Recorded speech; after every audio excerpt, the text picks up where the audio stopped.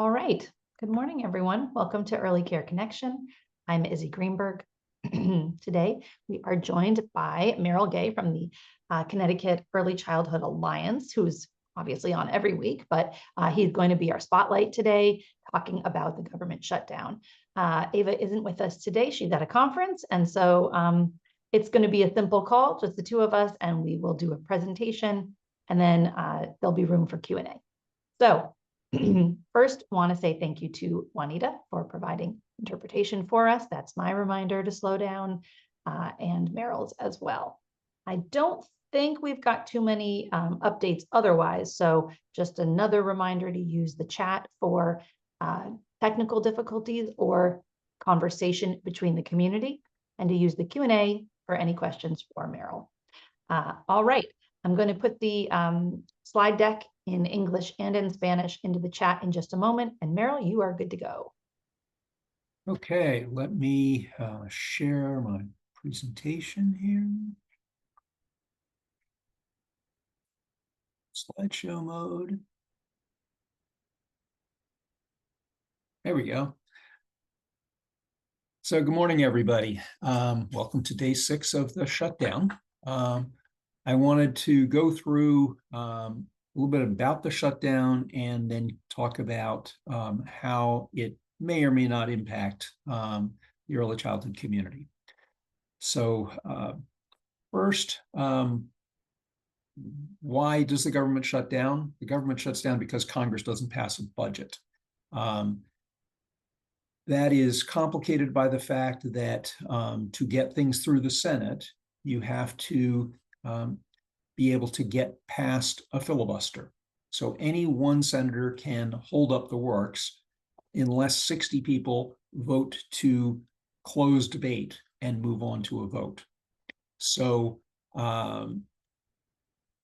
there was a continuing resolution that went until last spring, and then there was the question of whether or not the government was going to shut down then. At that point, Leader Schumer of the Democrats in the Senate agreed to keep the government open, and there were enough Democrats that voted with the 53 Republicans in the Senate to continue the resolution, to continue the budget until the end of the fiscal year, which was September 30th. So now what's changed? Primarily, folks in the Democrats in Congress found that their base was complaining that they weren't standing up to Trump. And so now they are by not voting for the budget. The budget, when the government doesn't have a budget, federal employees don't get paid, and state and grants from the federal government don't go out. Parts of the government continue to operate. The Postal Service is exempted because it's supported with stamp revenue, so it is not affected by this. But things like the Social Security office, those are closed right now. And federal grants don't go out the door. So before any shutdown, there is the effort to sort of get the money that's needed in the next month out the door before things close. So what has to happen is that there are 60 votes in the Senate to pass a budget. And right now, that's not happening. So how long might this last? The longest one was 34 days. We don't know whether this will be longer or shorter. Right now, it does not appear that either side is particularly inclined to compromise. Both sides think they are winning the public relations war on this. The administration seems to think that this will be an opportunity to make bigger and more lasting cuts to the federal workforce. And the Democrats are seeing their poll numbers go up because their most ardent supporters are saying, okay, well, finally you're standing up to them. So that's kind of the politics behind this.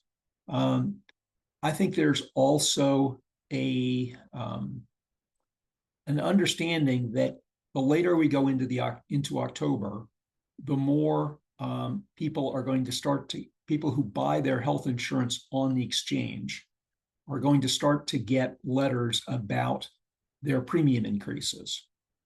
Something like 125,000 people in Connecticut buy their health insurance through the exchange, and they are going to start to see their premiums that have been subsidized through the enhanced premium tax credit. As that tax credit goes away, they are going to start to see those premiums doubling.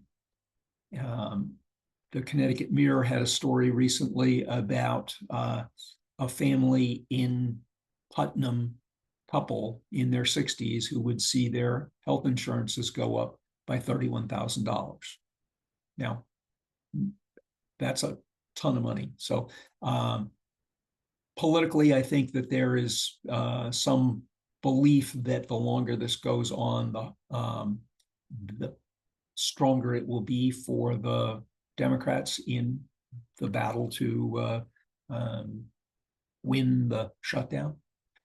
So let's go on to the next slide here. How does this impact early childhood? Care for Kids. Care for Kids is funded through the Child Care Development Block Grant and state money. When the state gets the grant from the federal government, they have 2 years to spend the money, and there is state matching money. So what that means is there's enough money in this pot now that OEC can sustain Care for Kids for a while. Now, I don't know how long that while is, but I don't expect we'd see any problems before the end of the year. And if there's somebody from OEC who's got a more accurate prediction of when you'd run out of money, love to hear it.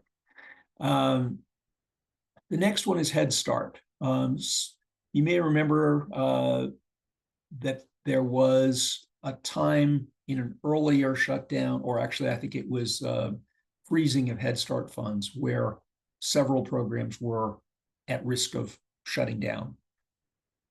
That seems to have been resolved. So right now, all the Head Start programs in Connecticut feel like they're in pretty safe ground for at least to the end of the year.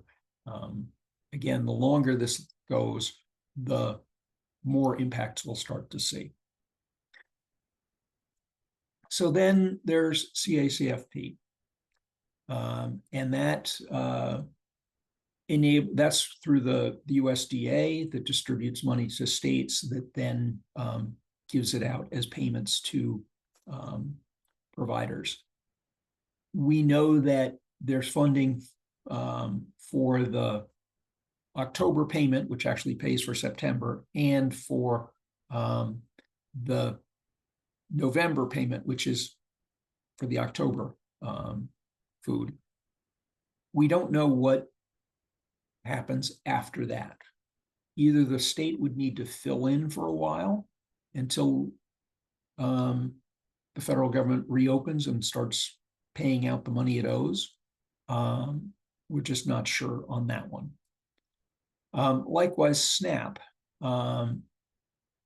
There's money to fund SNAP through the end of the month. This is, of course, not directly coming through a child care program. This is the families you serve and probably many of your staff. So we know that we're good through October. We don't know what happens when we get into November. And then there's WIC. WIC costs the state about $6 million a month, where SNAP is more like $75 million. This would be easier for the state to continue than SNAP. And the governor has said that he's going to make sure that we keep WIC funded for the foreseeable future. So now the next steps. If this thing goes on longer than the end of the year, we will start to see impacts on all of these federal funding streams. We will start to see some of them in December. And so the legislature has the opportunity between now and the end of October to do something with the $2.5 billion worth of state surplus that exists. On November 1st, the treasurer would transfer that money to pay down debt. But there is the opportunity, if the governor and legislative leaders were to agree on course of action, to call a special session, declare a fiscal emergency, and use some of that $2.5 billion to backfill some of these federal cuts. That is going to be somewhat difficult because if the budget isn't resolved, then these big cuts in insurance tax credits will still be cut, and people will be facing big increases in health insurance costs. But it's unresolved, so the question of will the state try and step in and do something? We don't know, and that's, I think, the dynamic here in Connecticut as far as the state legislature and the governor.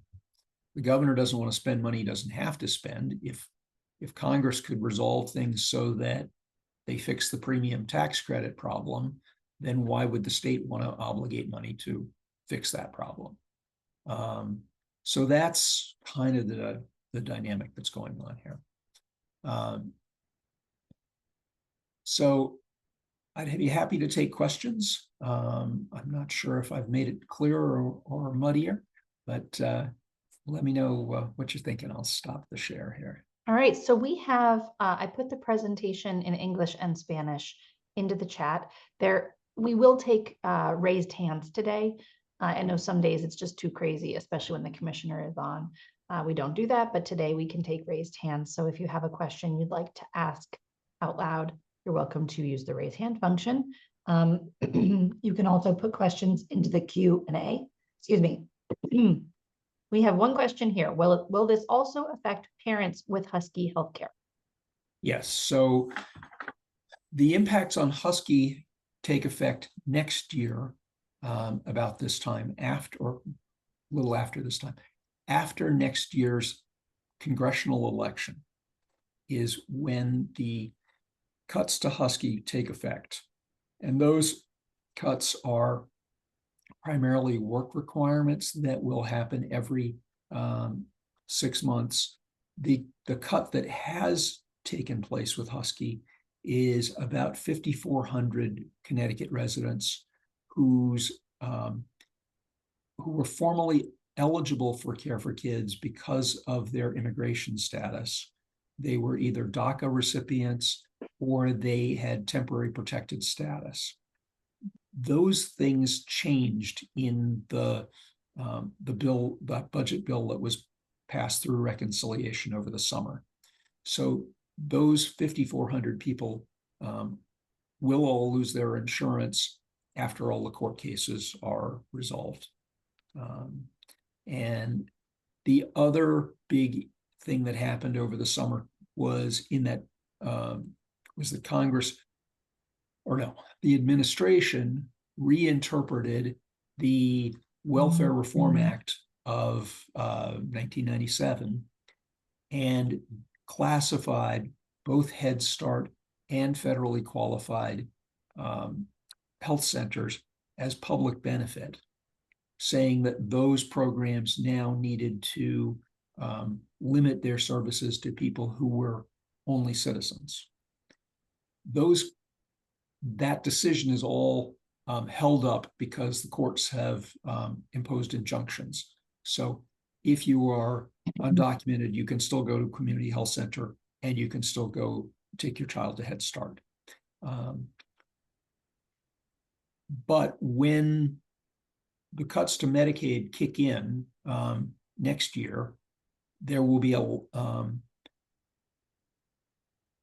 less families with young children, more single adults will face the burden of having to prove every 6 months that they are employed more than 20 hours a week in order to keep their health insurance. So, when you think about somebody who's struggling with health issues, it's easy to see how they could miss a deadline to file some paperwork and then lose their health insurance and not be able to get back on. So I see Maria's got her hand up. Yep, and Maria, I believe Maria prefers to communicate in Spanish. So Sí. if you haven't used your Sí, ¿me está button oyendo? yet, put yourself into Spanish. Yes. Yes, I do. ¿Aló? Ah, ok, muy bien. Buenos días, Mary, buenos días, Kirsi. Quería hablar sobre, claro, que cuando hay un cierre de gobierno, se suspenden muchas operaciones federales, pero eso depende de las asignaciones anuales, de los programas financiados y de los gastos que son obligatorios. Pero los fondos de subvenciones dicen que se congelan los programas, pero como ya tenemos contratos firmados y financiados, tenemos fondos por 2 años para que el forquí. Esto garantiza operaciones para la proveedora, aunque con algunas restricciones si el gobierno no abre. Estamos financiados porque eso fue totalmente, porque podríamos estar en riesgo, pero especialmente por estos nuevos fondos depende de la aprobación durante el año fiscal financiero, pero el impacto podría ser menor, al menos para que el forquí. Es posible que el programa de subsidios siempre reciba subvenciones federales, pero sí tenemos como a través de agencias o de prevención, pero sí tenemos fondos para que el forquí, gracias a Dios. Pasen buenos días.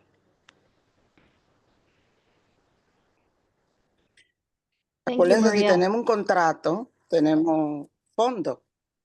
Por eso tenemos la unión, para tener fondos a largo plazo.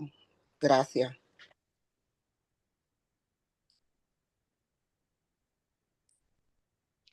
Thank you, Maria. All So right, Meryl. De nada.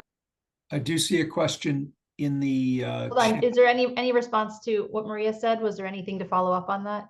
So I think all indications are that Care for Kids is safe for the foreseeable future. There's a combination of state and federal dollars, and the state has 2 years to spend a grant, so that there is some money in reserve right now. If this stretched out 6 months, we might run into problems. It's never gone more than 34 days, a government shutdown.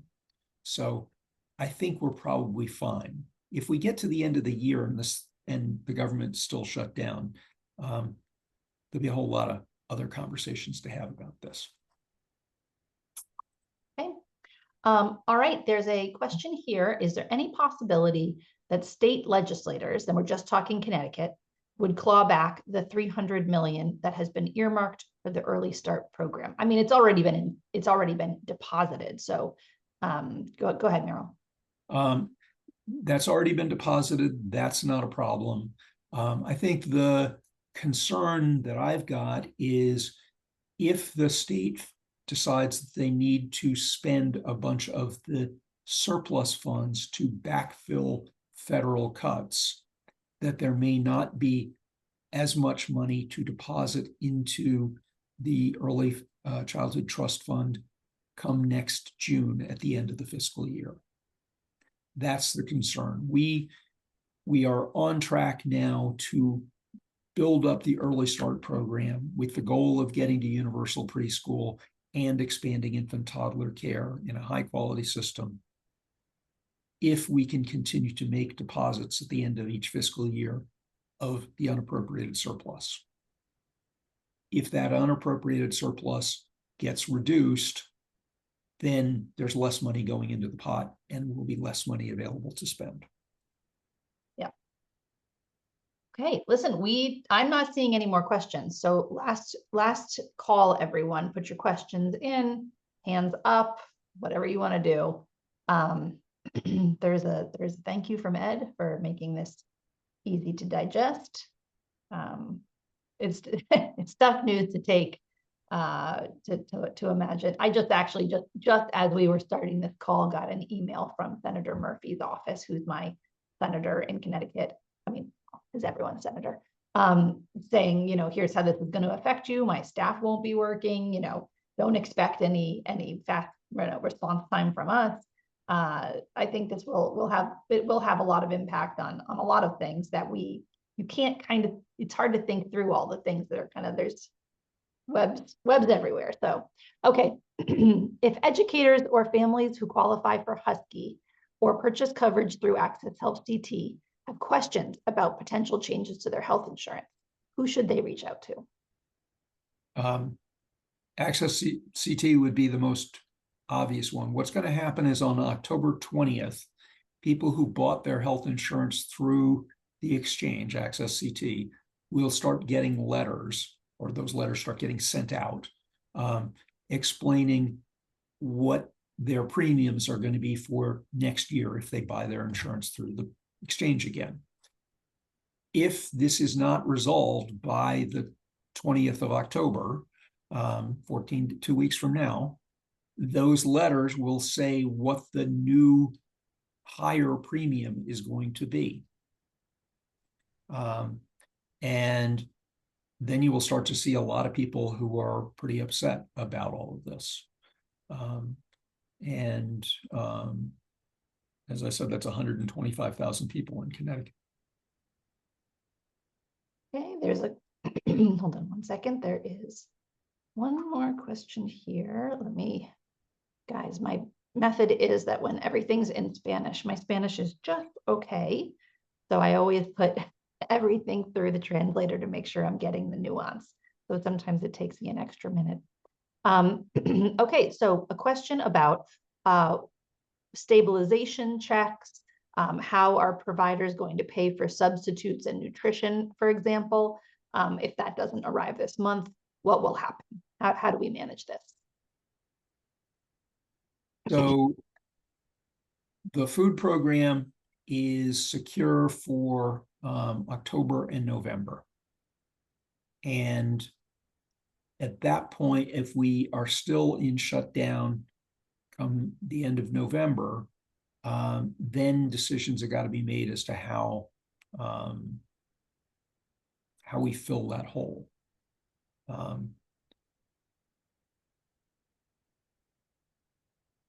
Okay. All right. Okay, folks, last call. I think we might be done with questions. I mean, it's unfortunately pretty straightforward. We'll give it just one more quick second. Any other updates that you have, Meryl, before we log off? I would just say, at this time when we are facing federal government cuts, the state has a $2.5 billion surplus. And that money will be used to pay down our pension debt, unless the legislature and the governor decide that they need to do something else with it. And it's within their power. They can declare a fiscal emergency, and they can get around the fiscal guardrails to do that if they feel like they need to.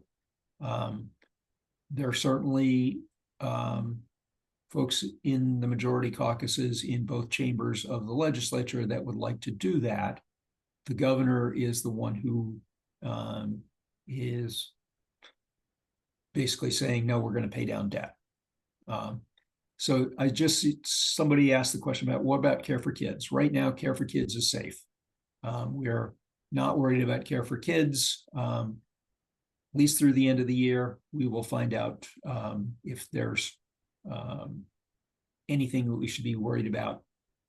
Yeah, I don't know when the reserve funds and the state funds that go into that pot would be spent, and we would then be waiting for a federal payment in order to keep things going. But I don't think it's something we need to worry about anytime in the near future. All right. I think that's it, Meryl. Okay. Nice and easy today. So as I posted into the chat, our YouTube is YouTube at Early Care Connection. We will post the video along with the English and Spanish presentations alongside the Spanish audio file. That all gets posted within 24 hours of these calls. And if you go to the YouTube, you can hit subscribe, and that way you'll just get notified. We don't have the practice of posting these recordings on the listserv or sending them out. Maybe we should be sending them actually in a Zoom follow-up. I think we're always a little worried about sending you all too much. So if the consensus here, when there's almost 300 people here today, if the consensus is that after these, you would like the Zoom, an email from Zoom saying, thanks for attending, or sorry you missed it, here's the recording. We could do that. It would probably then not come out for, it would probably come out on Tuesdays instead of on Mondays. But that's possible. The other option is you just go to the YouTube channel and you hit subscribe, and then you'll be notified whenever there's a new video posted. And so I guess if you all have any votes on that, you're welcome to throw it in the chat. I personally think just hitting subscribe is easy, and then you get that notification. And I would say that it also makes it a lot easier on our end, because we don't have to then go into like 6 different places to put that link. So my preference is that we do subscribe. If that feels very, very burdensome for some reason, then I guess let us know. But for now, that's probably the practice. Okay. The YouTube channel I posted in, I'm going to post it again into the chat. Let's see, copy. Here we go. That's the English one. And here is the Spanish.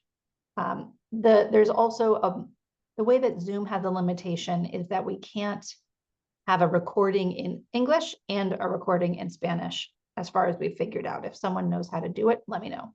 So what we do instead is we put the MP3 basically of the Spanish audio file. So if you're going to watch it, you just pop open that MP3 and you can play it kind of simultaneously, or you can just listen in and look at the presentation yourself. It's a little bit less than perfect, but it's what we've got, and we still hope that it's able to get the communication out to the majority of our folks who are English and Spanish speakers. So I think that's it. Let's see. Oh, Joanne is suggesting we could include the link to the previous meeting's YouTube in the reminder for the next week's meeting. That is a good idea. And yes, once you hit subscribe on the YouTube, then as long as you're logged in, which I think YouTube might make you log in, you hit subscribe, it's logged in, and it will send you a notification. I guess if you're not getting those notifications, you might have something set up in your YouTube that you need to change a setting, but that's how it works for me. I just hit subscribe and then I get the notice. It's very, very simple. And it just, yeah, Shannon is saying that if you go, you know what, I'm going to share my screen. Let's just do that. I'll show you how to do it. That makes it so much easier. This is for folks who are interested in this. If you already know how to do it, this is the big thing for today. So if you click the link that I put in the chat, it brings you here. And then this is subscribe right here. Very, very easy. And you click that, and then it just, oh, look at that, I'm subscribed.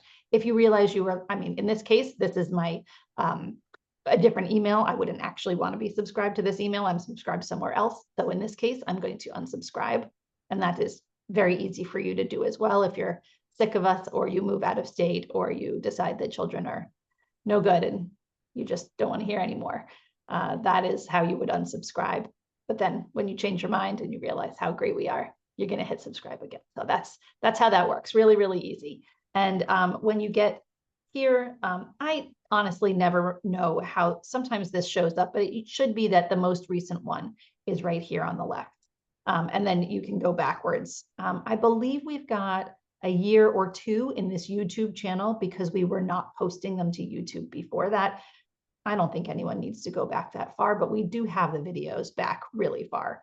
I can't imagine anyone would want to watch them. So this is what's here. That I think is it. I don't think you need to know more than that. Oh, you know what? I am going to show you one more thing. I'm going to show you how to access the presentations. So this is last week. I'm not going to play it. Let's pause that. So if you go right down here, here's the chat file. So if there was links that you didn't want to miss, or people shared things, you can click that. That will open up a Google Doc with the chat file. This one here, you can see it's in Spanish, but here, click here for Spanish audio. You can click that. These are all Google Docs just to make it easy if we need to edit them. And then English slideshow and the Spanish slideshow. So everything is right here. Really, really easy. And we've got 282 subscribers. I'm guessing that we probably had a few less than that just before we started this part. But if you haven't subscribed, go ahead and do it and you'll get that notification. Okay. Oh, thank you for the Shana Tova and Shana Tova to all of you. If you are celebrating any of the Jewish holidays, thank you so much. Okay, I think that's it, everyone. I don't see, oh, wait, hold on, Q&A. Do you think we will, oh, Meryl, real quick, will we have a special session in November? Good question. Thanks, Rhonda. Yeah. I think the issue is, will the governor agree to call one? And if I think he's more interested in preparing to announce re-election, and his whole shtick is that he's the grown-up in the room, keeping the legislators from spending all the money. So my guess is that if he agrees to a special session, it will be a very limited special session where everything is already negotiated ahead of time. Yep. All right. Thanks, Meryl. Thanks, everyone. I love this quick meeting, and we're doing our best now to keep these to an hour. Obviously, the commissioner was on last week, not possible, but just in, our translators get exhausted. We get a little bit exhausted. It's an intense hour and a half if we do a full hour and a half. I'm sure you all have something better to do with your Monday morning. So we're working hard to try to get these to 1 hour. We may go a few minutes over, or if there's, an especially intense presentation, occasionally we will still use the full hour and a half. So I love if you keep it on your calendar with that extra 30 minutes flexible, but I'm committing that we're doing our best to try to keep as many of these to 1 hour as possible. Meryl, do you remember what was next week? A holiday. That's right. I was like, why can't I remember what we're doing? Of course, next week is a holiday and we will not be meeting. We will be coming back the week after that. And you know what, we'll email you what the schedule is, because I can't remember it off the top of my head. One last thing, if you are a Hartford area provider, on the 16th, there will be a gathering of providers. I'll be answering questions about the Early Start program, and I think Commissioner Trueworthy is going to stop by for the first hour when we've got food. The Hartford office, I don't know if it's called the Office of Early Childhood or what they call it in Hartford, but the local office will be sending out invitations to all of the licensed providers in Hartford, both family child care and centers. Hope you can join us. Thank you. And there's also going to be a party. I'm sticking that in the Child Care Victory Bash on October 19th. It's in New Haven. We tried to make it centrally located, hopefully easy to get to by highway. And it's just a party. It's a party to celebrate our achievements of this season and this session. And so hoping that you all can be there and make some time. So if you click there, you can see all the different things that are happening, but you can, click on that Child Care Victory Bash and just sign up and come and celebrate. So it's hard to imagine celebrating when there's also a shutdown, but this is the way of things. Okay, have a wonderful 2 weeks, everyone. I hope that you have a healthy, happy week. I hope the weather works for you. It's a little hot for me personally. And if you're celebrating anything for this holiday, I hope that it's meaningful and restful. All right. Thank you again, Juanita. Thank you to all of you. Bye-bye.